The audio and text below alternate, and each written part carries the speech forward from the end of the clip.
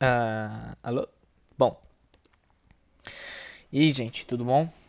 Meu nome é Guilherme, né? Se não entrou aqui no vídeo pra ver, você já sabe. Bom, o que eu vim fazer aqui hoje? Eu ia mostrar mais ou menos como que ficou esse meu projeto que eu fiz junto com a Rocket City lá, com o Diego, que teve o último Ignite Lab de Node nesse final de ano, certo? Bom, eu vou dar uma contextualizada nesse projeto que ele fez e aí eu vou completando por cima. Beleza? Bom, ele fez um projeto de envio de notificações, né? Como se fosse um envio de notificações.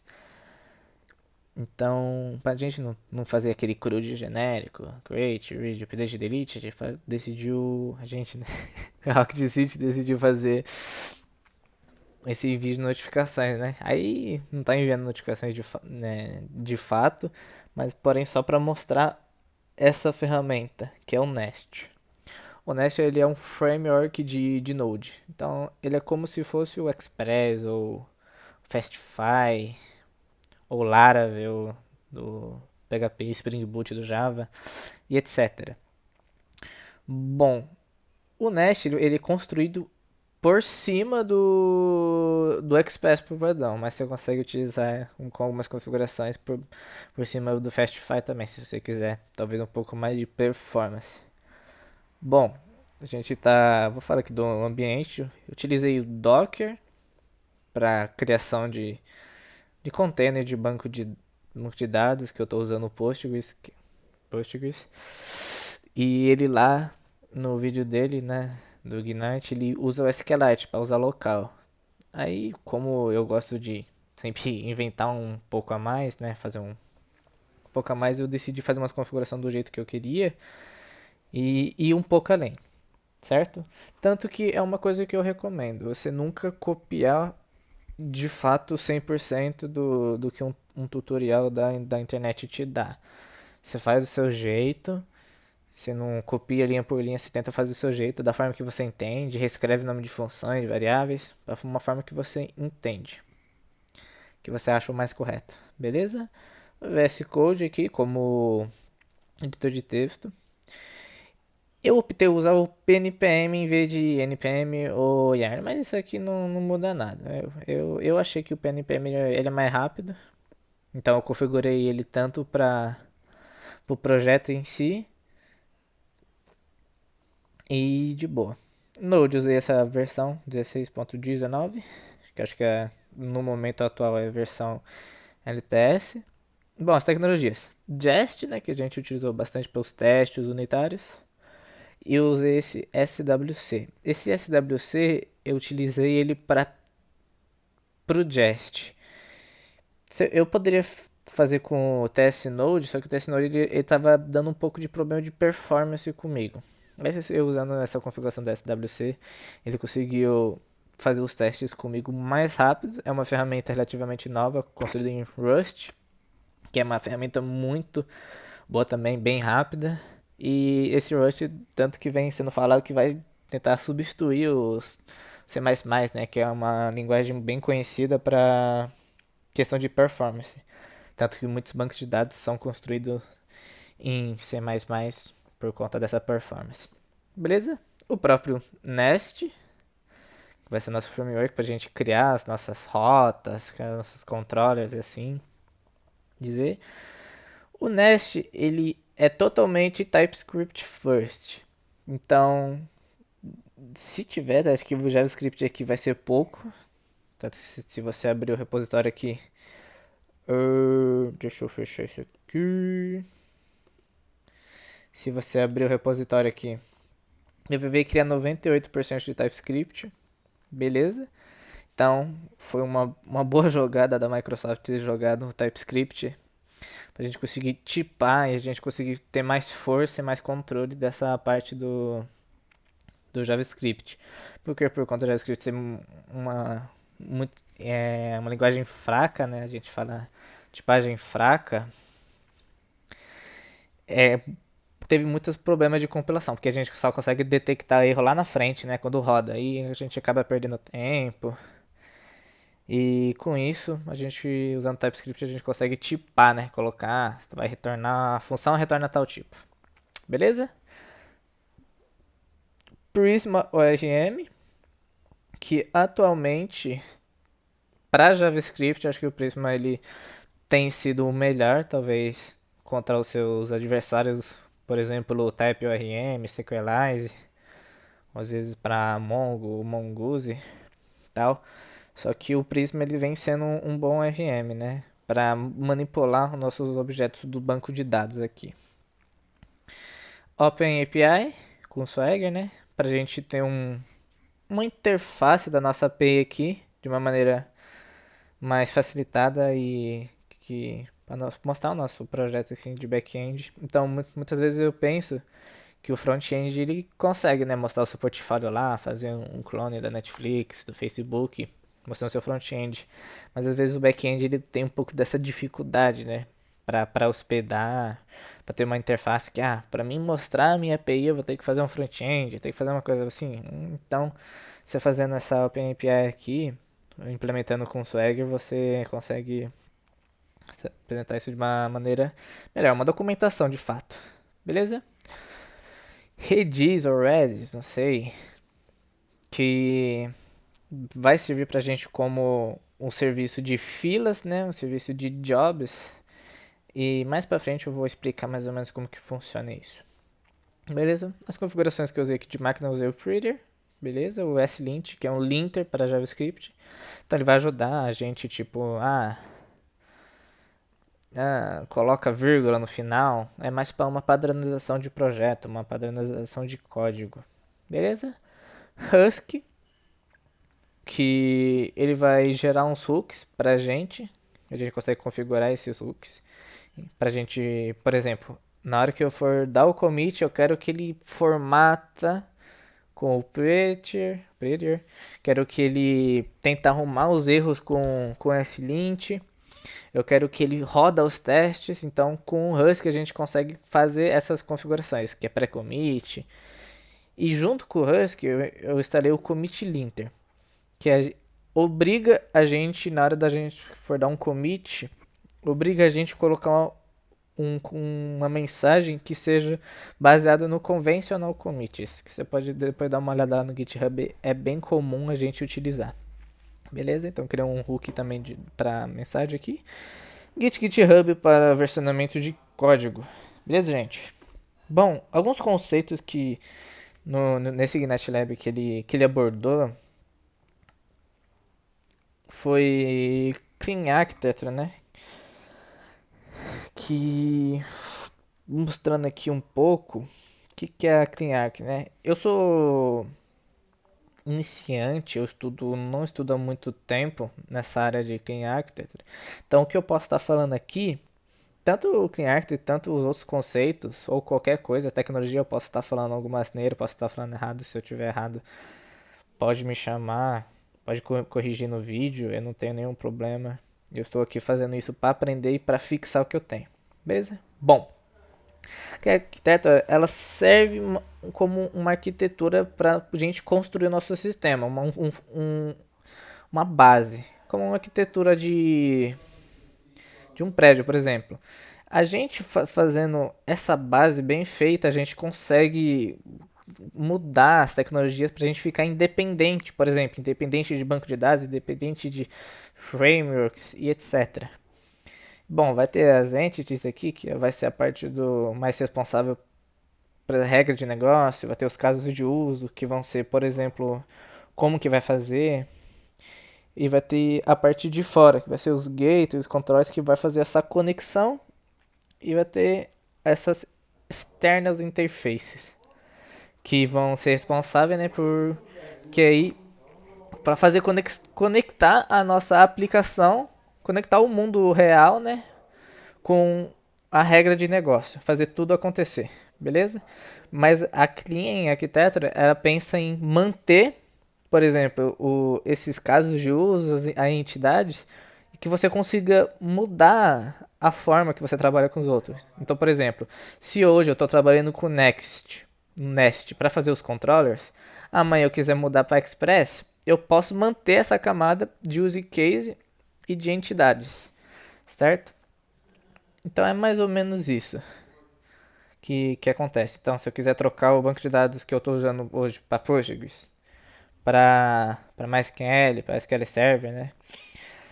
Eu vou conseguir com certa facilidade trocar, né? Para continuar mantendo minha regra de negócio, porque não deve impactar, porque são coisas diferentes, sabe? Minha regra de negócio não teria que ter a ver, não teria que ter um acoplamento com a minha com o meu mundo externo, né? Da regra de negócio. Beleza? DDD, que é um assunto mais complexo ainda do que Clean Architecture, que é o Domain Driven Design, que ele vai pensar nessa parte mais de domínio. Então, o DDD, ele é mais como uma forma de comunicação, de pensar. O DDD não tenho muita prática ainda, mas aplicou também nesse projeto. Daqui a pouco eu vou abrir a estrutura dele para dar uma explicada a mais também. Beleza? Mas aí o DDD ele serve mais, pelo que eu entendi, uma forma para a gente padronizar a forma que a gente comunica os casos de uso.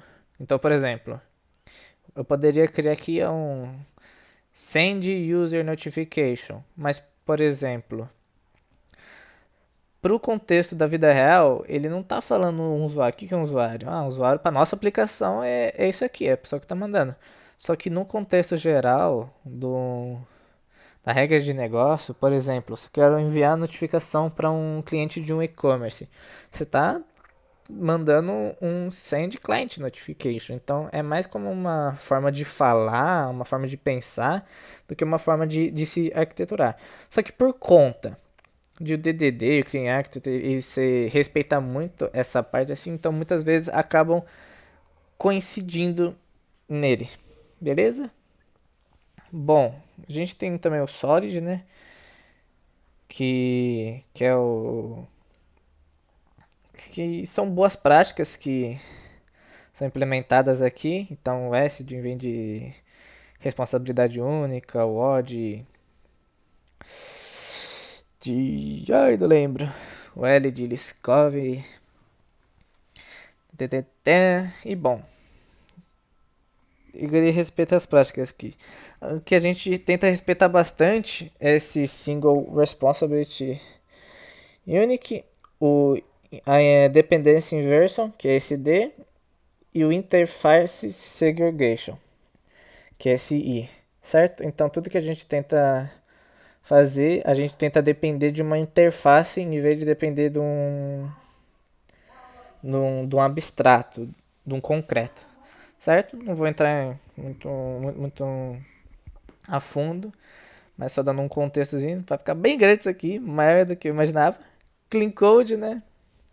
Um pouco da base. Se você aplicar bem o Clean Architecture e o Solid, você consequentemente, vai programar um Clean Code melhor, beleza? E Jobs, que são filas, né? Que vai funcionar mais ou menos assim. Eu não quero deixar, quando o usuário fazer uma requisição, eu não quero deixar ele preso esperando a resposta. Então, imagina que o mais comum aqui que eu vejo de exemplo na internet, o envio de e-mail. Cara, o envio de e-mail demora, certo? Demora, sei lá, uns 5 segundos. Eu não quero deixar, na hora que ele pedir lá para reenviar a senha, eu quero redefinir minha senha, ó, foi enviado e-mail. Deixa o cara esperando lá 5 segundos na página, sabe?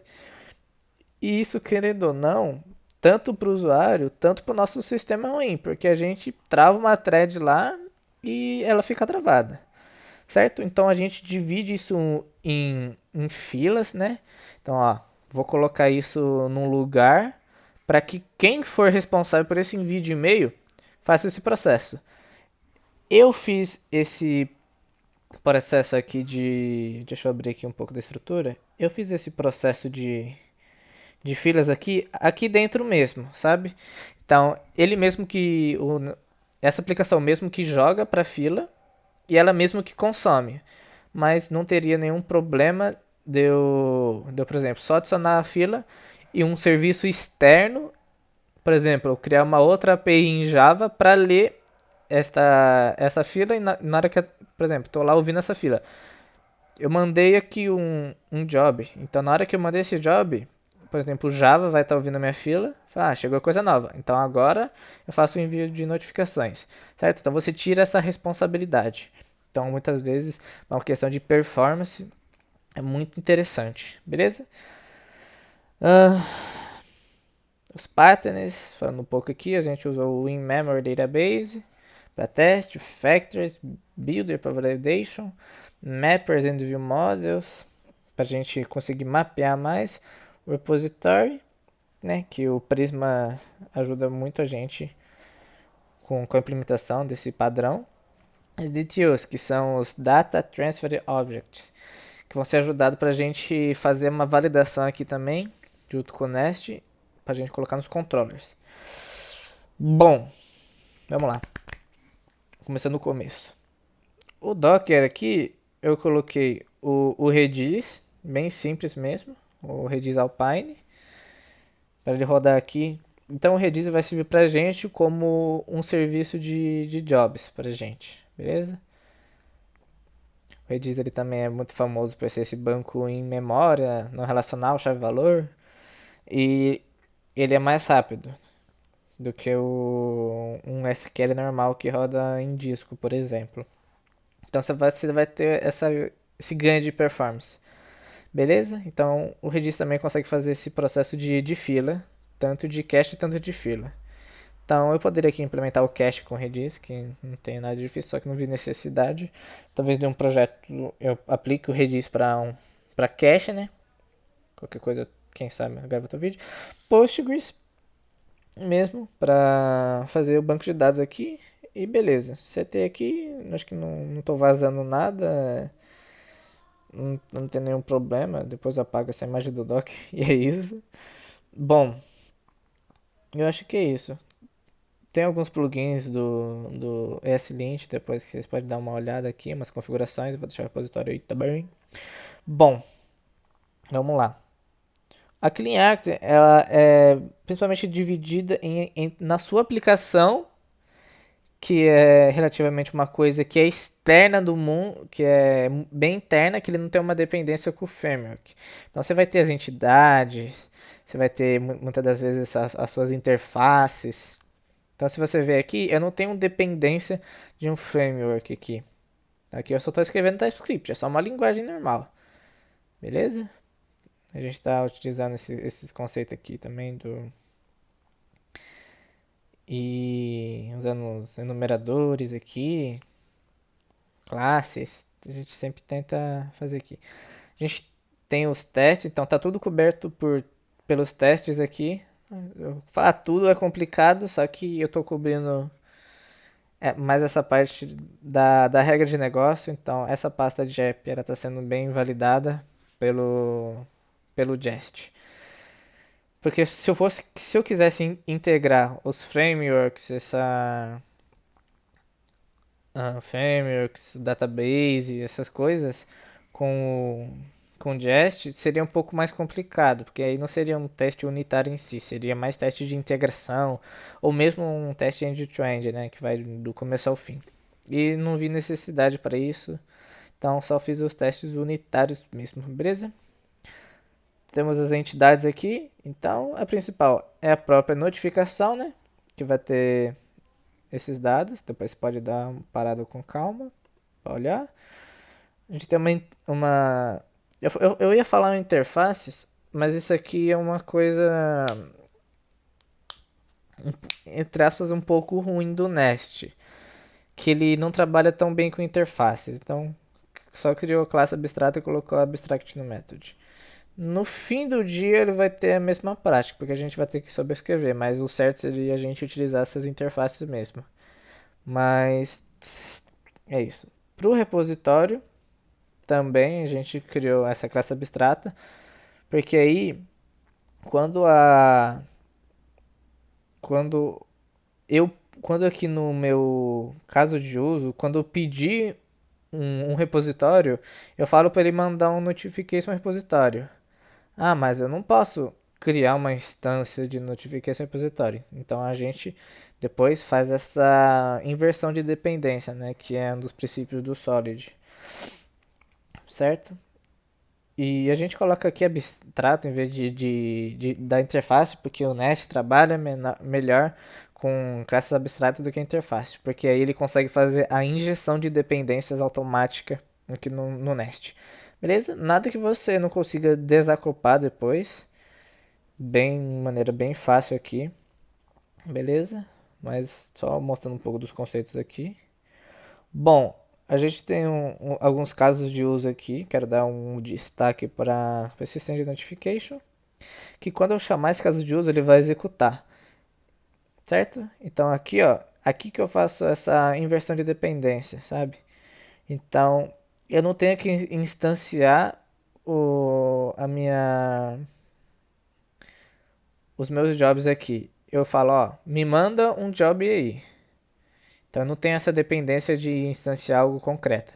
Me manda um job aí que eu quero fazer essa ação, certo? Então, independente se eu mande um job que seja com fila Kafka, RabbitMQ ou mesmo Redis que eu estou utilizando aqui, não importa. O importante é você no fim do dia me mandar alguma coisa que assine esse método. Beleza? Então, a gente está falando isso, assinou o método e aqui ficou independente. A gente fez essa inversão de dependência. Beleza? Bom, tem uns erros aqui também, mas coisa básica. As validações aqui de string, etc. Acho que nada que dê muita atenção mesmo pra gente. Beleza? Bom, vamos para a parte de infraestrutura, que essa parte é um pouco interessante. Bom, vamos lá. O que acontece aqui no Nest? Ele vai fazer o app aqui. Então imagina que isso aqui, para quem já vem do Express, ele está instanciando aqui o Express e criando um app aqui para rodar como que é? A porta aqui. Então aqui, ó, eu vou criar aqui a aplicação aqui, depois eu vou ouvir a porta. Beleza? Esse app use global pipes, esse new validation pipe vai ser para a gente validar aqui, por exemplo, que eu mande um dado correto aqui. Então, por exemplo, se aqui eu tento mandar uma categoria que não está listada, opa, não listada, certo? É que ele vai dar esses erros padrões aqui que a gente define. Categoria precisa ser um dos seguintes valores: simples, prioridade, alerta, relevante. Por quê?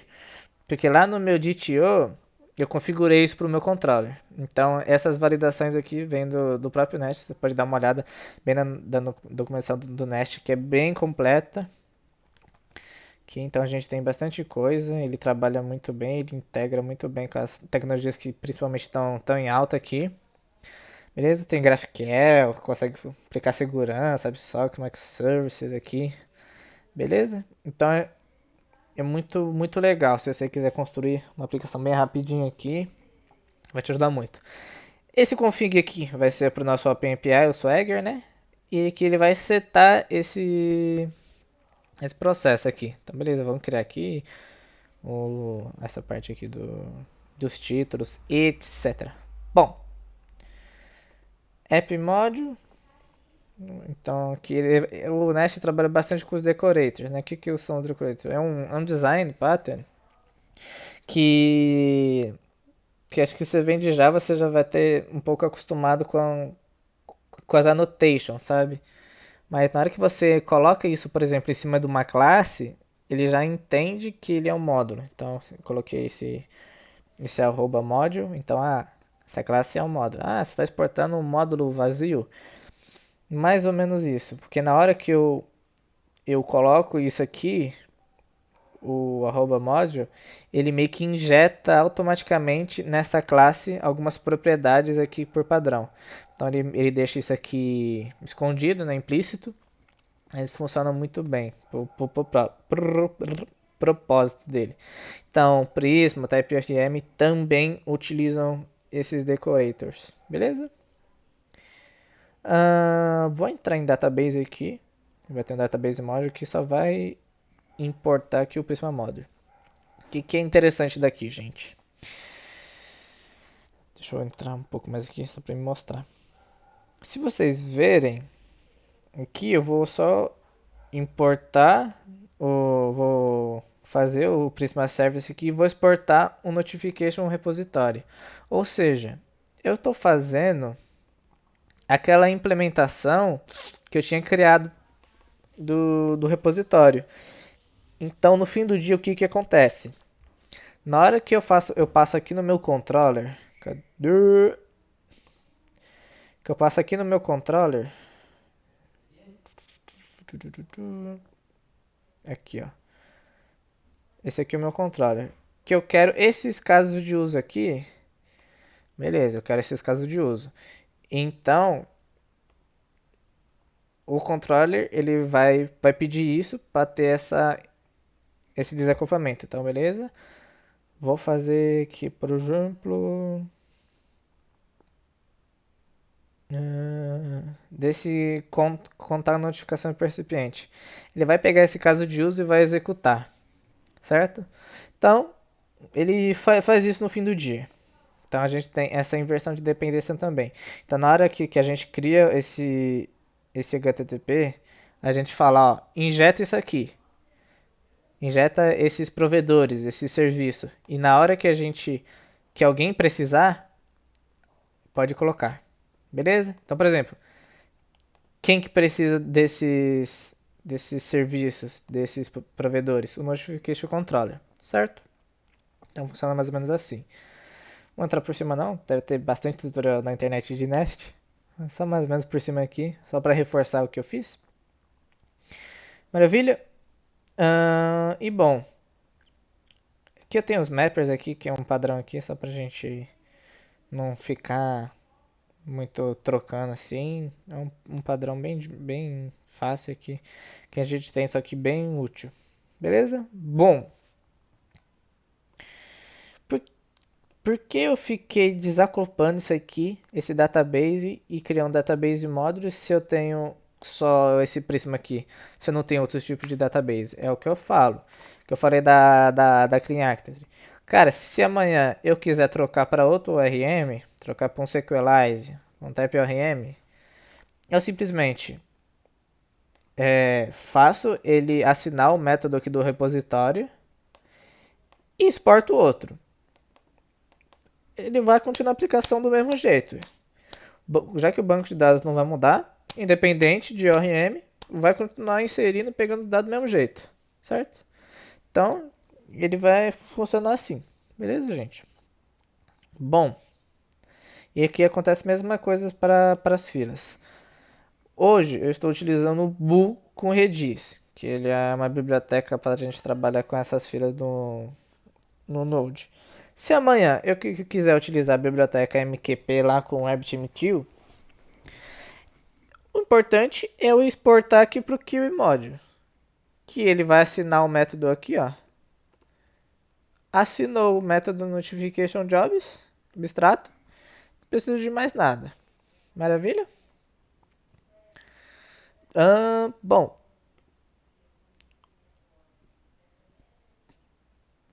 cadê? E lembrando que aqui o que acontece?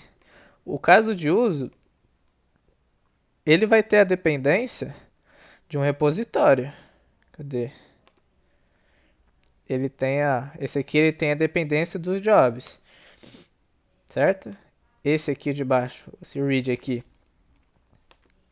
ele vai ter a dependência do repositório. Então, na hora aqui do HTTP, ele vai injetar o database, que vai ter o repositório, e a gente vai injetar os jobs aqui com o Key Module, beleza? Então, tá desacoplada a nossa aplicação. Se amanhã eu quiser levar essa aplicação para Express, ou trocar o banco de dados para MySQL, ou trocar o ORM, ou trocar qualquer coisa que eu queira que seja, mantendo essa aplicação aqui, eu consigo levar provavelmente essa aplicação inteira aqui, ó, esse app quase inteiro, fazendo poucas modificações para outro projeto. de JavaScript, né? Se eu precisar levar para outra linguagem, eu só vou ter que modificar, mas a regra de negócio em si não vai mudar, certo? Agora as coisas que estão aqui em infra, aí sim, vai mudar. Vai mudar que é o mundo externo, né? Isso é a infraestrutura. Beleza? Bom, é mais isso o projeto, então, que eu queria ter mostrado para vocês. O Prisma aqui, ele cria o nosso banco de dados aqui. Você consegue visualizar ele legalzinho aqui, fazer as validações, tanto dos DTOs aqui, ó, por exemplo. Ah, a gente fala que ele só vai aceitar string, ele não pode ser vazio, que a length, ele deve ter o mínimo de length e o máximo do conteúdo aqui a gente pode passar. Esse apply property aqui é pra gente fazer no Swagger lá, para ele conseguir entender bem, certo? Então a gente consegue ficar setando aqui, ó, a gente consegue setar o exemplo. Lá nos enumeradores, a gente setou um enumerador. Opa! Então, por exemplo, ele não deixou passar, porque isso aqui ele é um enumerador. Então, eu só vou conseguir passar se ele estiver dentro daquele enumerador aqui.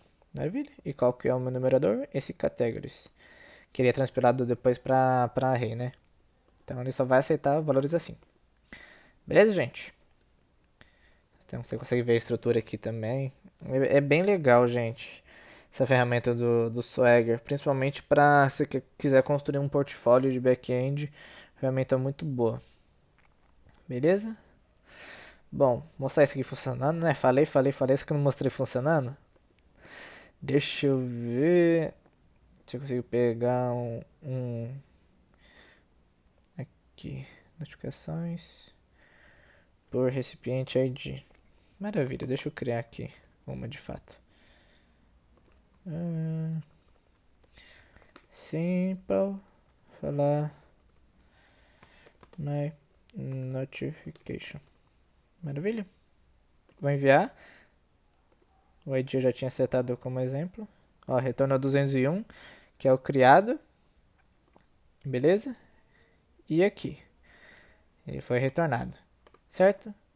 Isso aqui também eu retornei como um view model, né? Então a gente está transpilando a notificação para ele apresentar de uma maneira melhor, senão apresentaria com props lá, com métodos que tem dentro da classe. Beleza? Tem aqui o count. Contar quanto a gente tem? A gente tem uma notificação aqui. Beleza? Então, uma coisa que seria legal, a gente tá inserindo assim, no banco de dados. Se depois a gente quisesse fazer um serviço para ler todas essas notificações e enviar elas por e-mail mesmo, a gente conseguiria. Pode cancelar a notificação passando o ID da notificação, ler, desler, né? Não sei se existe isso no português, né? Mas, por exemplo, aquele visualizadinha lá que você deu, ah, não quero visualizar agora não, quero visualizar depois. Consegue ver? E é isso, gente. Então, só para reforçar aqui como ficou o projeto. Espero que tenham gostado. Vai ter o repositório aqui. Se vocês quiserem dar uma olhada, tem conteúdo legal. Se vocês tiverem alguma coisa para me falar também, pode deixar no comentário, ou me chamar se você já me conhece aí, no LinkedIn ou sei lá. Enfim, é isso, gente. Tchau, tchau.